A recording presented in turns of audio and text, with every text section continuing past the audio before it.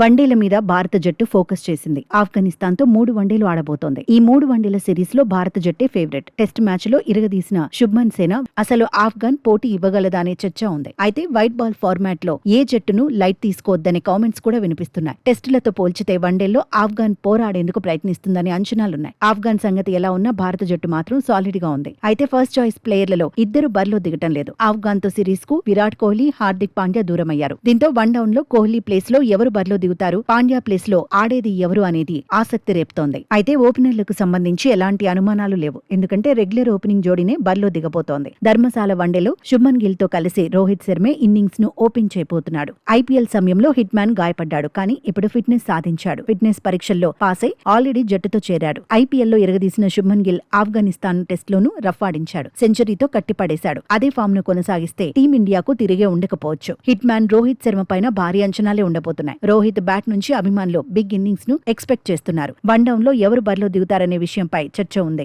Ishan Kishan versus Yashasvi Jaiswal గా scene కనిపిస్తోంది. Kohli place లో జట్టులోకి జైస్వాల్ వచ్చాడు, కానీ first choice one down player గా ఇషాన్ కిషన్ టీమ్ మేనేజ్మెంట్ జై కొట్టే అవకాశాలున్నాయని ఎక్స్పర్ట్స్ అంచనా వేస్తున్నారు. 4వ స్థానంలో వైస్ కెప్టెన్ శ్రేయస్ అయ్యర్ బరిలో దిగుతాడు. ఆ తర్వాత కేఎల్ రాహుల్ బ్యాటింగ్ కు దిగుతాడనడంలో డౌట్ లేదు. 5వ స్థానంలో బ్యాటింగ్ చేసే కేఎల్ రాహుల్ వికెట్ కీపర్ గాను సేవలు అందిస్తాడు. హార్దిక్ పాండ్యా లేకపోవడంతో 6వ స్థానంలో నితీష్ కుమార్ రెడ్డి బరిలో దిగుతాడు. ఆ తర్వాత వాషింగ్టన్ సుందర్ కు ఛాన్స్ ఉంటుందనే చర్చ నడుస్తోంది. స్పెషలిస్ట్ స్పిన్నర్ గా కుల్దీప్ యాదవ్ బరిలో దిగే అవకాశం ఉంది. పేస్ విభాగంలో హర్షదీప్ సింగ్, ప్రసీద్ కృష్ణ కీలకం కాబోతున్నారు. జట్టులో చోటు కోసం ప్రిన్స్ యాదవ్ ఎదురు చూస్తున్నాడు.